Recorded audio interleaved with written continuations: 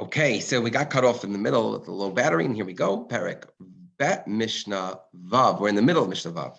And the Mishnah tells us, the Chachamim argued. The Chachamim said that because you only have to have a meal on the very first night of Sukkot. What that means? You don't. Anytime you want to eat a meal, you have to eat it in the Sukkah, but you don't have to eat a meal, except for the very first night. And the reason for that is the Gemara here. The Gemara explains. The Mishnah here doesn't say.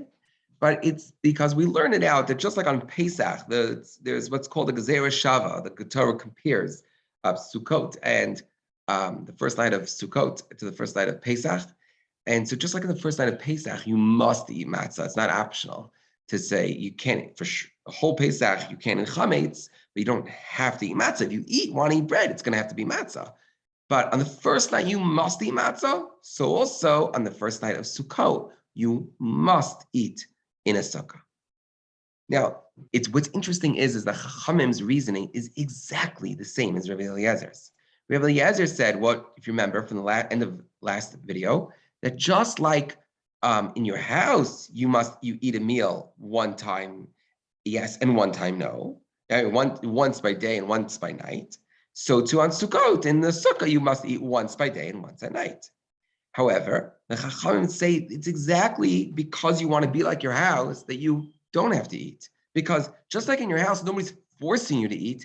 You could just be you, and when you want to eat, and that's it. So too in the sukkah, the way you make it into your house, the way you show that you're living there like your house is by being free and choosing to eat or not choosing to eat. It continues the Mishnah. Says like this, interesting. But Od Amar Rabbi Eliezer. Rabbi Eliezer said like this: Mishalo achal leili yamtav rishon. If a person missed that first night meal, then yashlim beleili yamtav ha'achron. They could finish eating after Sukkot. On Shmini Atzeret, they have to eat a meal. So there's like a meal that you must eat, but you can actually eat it even without a sukkah. V'chachamim omrim. The Chachamim say ein l'davar tashlumin. The Chachamim say, no, if you missed it, it's what's called in Yiddish, it's farfalin, you lost out. Al zen emer, on this, the pasuk says, mu'uvas lo yuchal litkon, it's, the bend cannot be straightened, v'chesaron lo yuchal lihimanot, and that which is missing it cannot be counted. It's gone. Mishnah Zion. Now, Misha haya rosho v'rubo basaka. If a person had their head and the majority of their body inside the sukkah, v'shulchana b'toch habayit, and their table inside the house, Beit Shammai Hoslin. Beit Shammai says you're not allowed to eat in a sukkah that way. Beit Hillel machshirin. Beit Hillel says it's okay. The Gemara explains over here that what it's going on is Beit Shammai is concerned that you'll end up being really into your food and start going, and you'll eat. And no, you're out of the sukkah. Lo and behold, you're out of your sukkah, and it's too late. The Rebbe Beit Hillel, on the other hand, they are not concerned for this, and they say it's okay. The Gemara also explains that they actually have a disagreement about the size of the sukkah. Beit Hillel, Shammai says the size of the sukkah must be big enough that could fit at least a small table in the sukkah. And Beit Hillel holds that you don't need to fit that. As long as your head and the majority of your body would be able to fit in the sukkah, it would be kosher. And this is one of the 6 times that we actually, by the way, only 6 times, it does the halacha follow Beit Shammai, at least with regard to the halacha that must be big enough to fit a table. We hold the halacha is like Beit Shammai.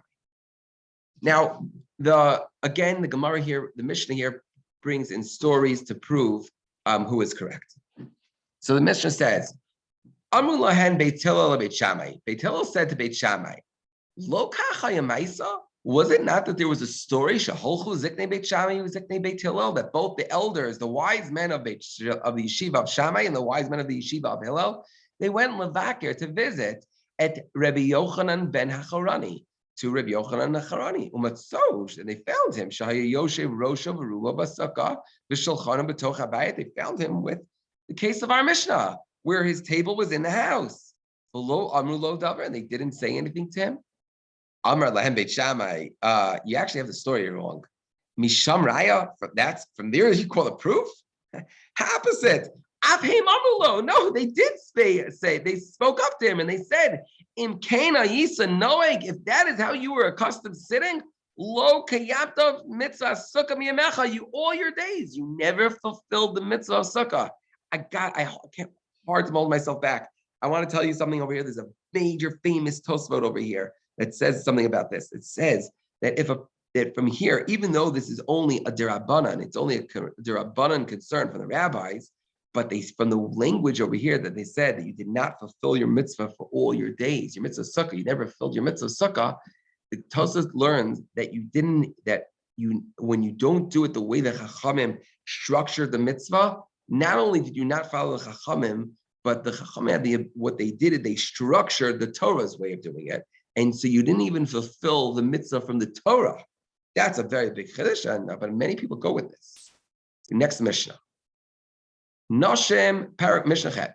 Noshem v'avadim uketanim peturim min sukkah. Women, slaves, and children under bar and bat mitzvah are exempt from the sukkah. However, there is a certain type of child who is obligated, at least midrabanan. Chatan she'eno tzarich le'imo. A child, once they no longer need their mother. What this means, the Gemara gives two opinions: either that when they could go to the bathroom themselves, or that when they wake up in the morning, they don't right away call mommy, mommy. They call mommy maybe, but not mommy, mommy. They don't get into like looking all right away for their mother. They don't immediately come to their mother with an urgency. That child is chayiv in the sukkah. Maaseh v'yolda kalosu shel Shammai Azake. There's a story where Shammai, the one who's the head of yeshiva of Shammai, was even more strict, and it's this where he took Shammai Azaken upiches es hamaziva. He opened up the roof on top of a newborn baby. The sikach agabi amita b'shvel katan, and he put schach there for the sake of the newborn child. Now this is a very interesting thing that I'll tell you the truth. The Rishonim, from my looking around, they don't know why Beit Shammai would do this. You're obligated in the mitzvah to teach children how to do the mitzvah, but a child is not possible to learn anything. As a newborn child doesn't know that they're in a sukkah even. There would seem to be no purpose in such a thing, and it's a big question. Okay, the final Mishnah. Woohoo! Let's go. Kol shivat hayamim adam oses sukkah so keva. All the days of a person, all the day of Sukkot, a person should make their sukkah set, ubeito arai, and there's a mitzvah to make their house temporary. Very interesting. We think of it, there's a mitzvah to go into the sukkah, but actually they're in battle.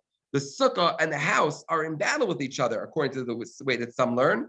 And you have to make your sukkah set and therefore not make your house all beautiful in honor of Yom Tov. No, that would be actually making it set. The Pri Megadim lived in the 1800s, early 1800s, late 1700s.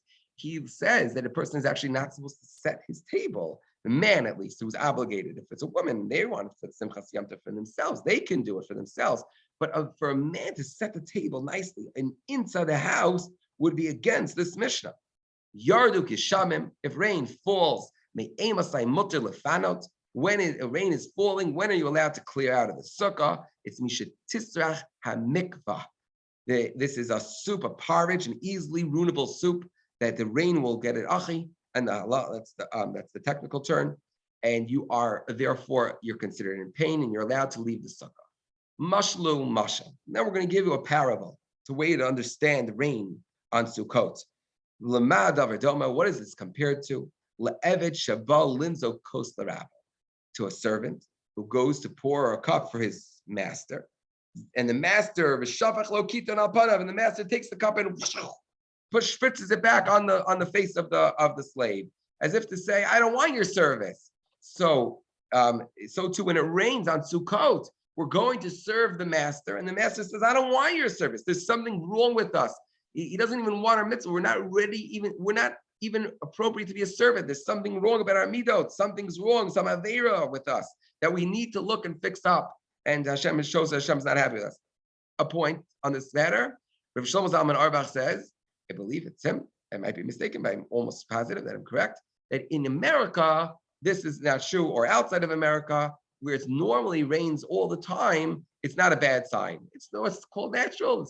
That's natural. But in Israel, It's the rainy season really begins right afterwards, and it hasn't yet begun the rainy season. So if it goes early against what is most regular normal, then it's a bad sign, and only then. And if you are still doing this and you finish this, that's amazing. Yasha koach, and there will be a test on it. If you get an 80 or above, you'll get a star marking off your first completion of the Mishna Challenge, Mishna Gold Challenge. Have an amazing Chag.